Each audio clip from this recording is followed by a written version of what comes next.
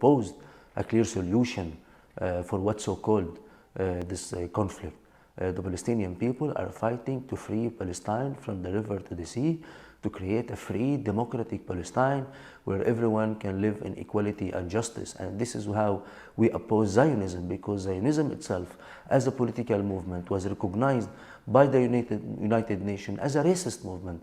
So how we dare to support in 2023 a colonialist, racist project, meanwhile we advocate for a rainbow state and equal society and so on. Free Palestine! Free Palestine! Free Palestine! Free Palestine! What happened in 7 October again is that a clear and a natural response for 75 years of occupation, oppression, colonialism, repression, and all type of state terrorism and violence was responded by Palestinian youth with a revolutionary and people's violence. And this is a clear message from the Palestinian people that after 75 years of massacres and ethnic cleansing, we have the full will to continue resisting until the freedom, liberation of Palestine from the river to the sea. I mean, we can see clearly today, not only in Belgium mainly, but also all over Europe and even in the United States, a huge mass support for the Palestinian people and their struggle, and also clearly with the Palestinian resistance. It's very important and significant for us today to see this hundreds of thousands and tens of thousands of demonstrators around the world taking the streets, chanting for the right of the Palestinian people to resist. Within those societies, in Belgium and elsewhere, we have a lot of alliance.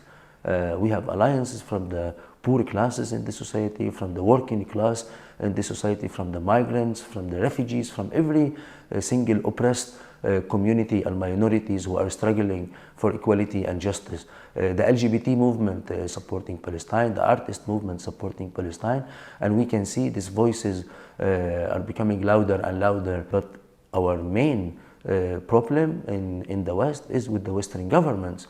That is not only the enemy acting as the enemy of the Palestinian people, but we can see how they are acting as an enemy of their people as well. We can see how the Belgian police are treating migrants or acting in the streets or killing. We will not expect from such a state to support the Palestinian people. So I think it's important that we are coming today as Palestinians and internationalists, Western, all these oppressed classes that I mentioned, that we must be united, not only in the struggle for the liberation for Palestine, but for the struggle worldwide, starting from Brussels to Gaza. What we want a clear alliance. We want the Belgian youth, the youth of this society, the oppressed classes of this society to mobilize themselves more, to join us in the collective struggle against colonialism and imperialism. We want your voice to be heard against your racist and fascist government that funding and supporting the state of Israel. We expect from the students in Belgium to raise inside their campuses and to uprise and to resist this academic colonial institution that manufacture new weapons and drones and bombs to be sent around the world. This is a duty today in Europe and in Belgium and anywhere. We expect from the youth, if they are part of the ecological struggle, if they are part of the youth struggle, feminist struggle, to focus and to see what's happening in Palestine, because it is very much connected. The youth have to raise their voices, creating a clear opposition, and to stand on the right side of the history and right side of the humanity. We cannot accept colonialism in 2023. This will not be okay. The Palestinian people will not give up. And we have to know, the people who live in the West, the Western people, that we are at somehow benefiting and enjoying from this colonial machine. Very big part of the privileges that people enjoy here, this is because they are stolen. They are stolen from Africa, they are stolen from the Middle East, and so on.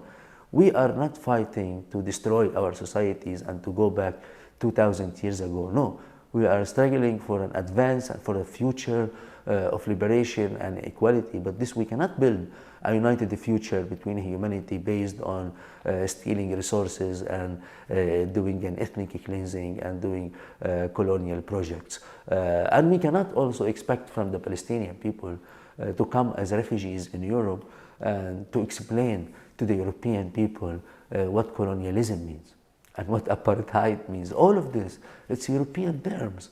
We didn't start apartheid, it's a Flemish word. So how you expect from me, or someone coming from Gaza, speaking native Arabic, to explain to you as a native Flemish or French speaker, to explain to you what apartheid is and how we face apartheid. You created apartheid in South Africa and in Malaysia and in Latin America and everywhere.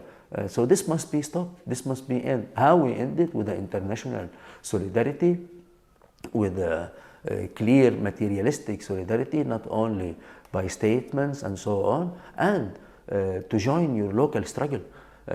We are not expecting from anyone else to only support Palestine without being involved in their local struggle and their local fight for justice and for equality and against state repression. So we expect from the people of Belgium to not hesitate to support the Palestinian resistance, to not hesitate to criticize the Zionist state of Israel, not hesitate to join the struggle of the Palestinian people for equality and justice and for free Palestine from the river to the sea.